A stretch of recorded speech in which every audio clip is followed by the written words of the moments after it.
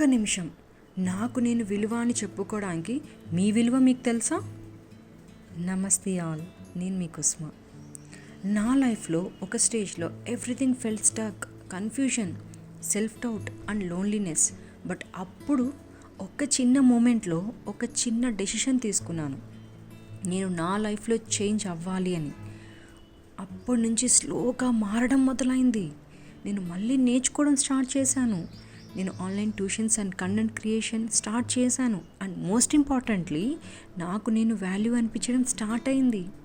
Teens, మీ value మార్క్స్లో కాదు, మీ mind సెట్లో ఉంది, మీ కాన్ఫిడెన్స్లో ఉంది.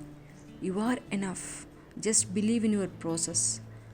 పేరెంట్స్, పిల్లలకి సపోర్ట్ చాలా ఇంపార్టెంట్.